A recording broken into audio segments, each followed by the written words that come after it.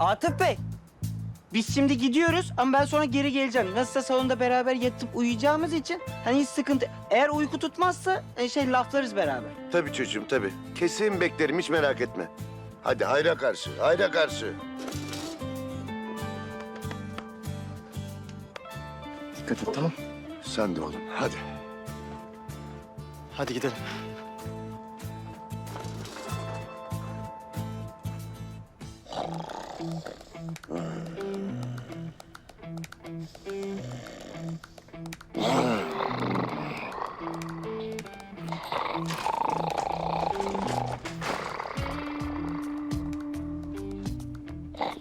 Gök gürültüyor herhalde.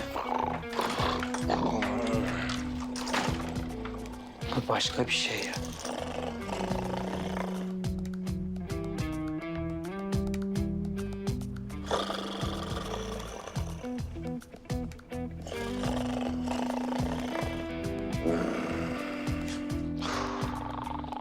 Bu başka bir durum. Fadırıma laf ederken ya bu hiç olmadı yani.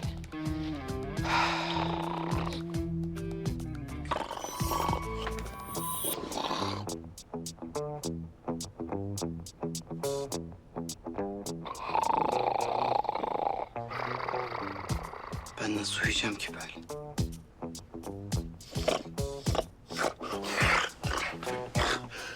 Hayır, içeridekiler nasıl uyuyor onu anlamadım.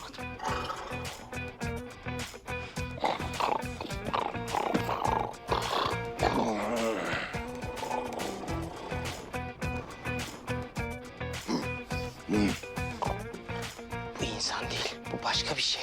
Bir şey var içinde belli ki. Holdingin. Holdingin hocam. Lan arasın. Çık içinden.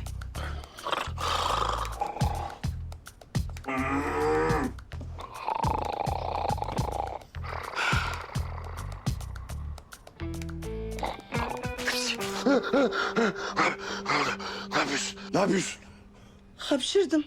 Çok iyice ama sessizce. Oktay yapma oğlum. Uyuyanın yanında öyle ses çıkarılır mı? Biraz adab-ı muaşeret öğren. Hiç mi öğretmediler sana çıt çıkmayacak? Uyuyanın yanında çıt çıkmaz. Sessiz uyu benim uykum böyle. Hadi bakayım.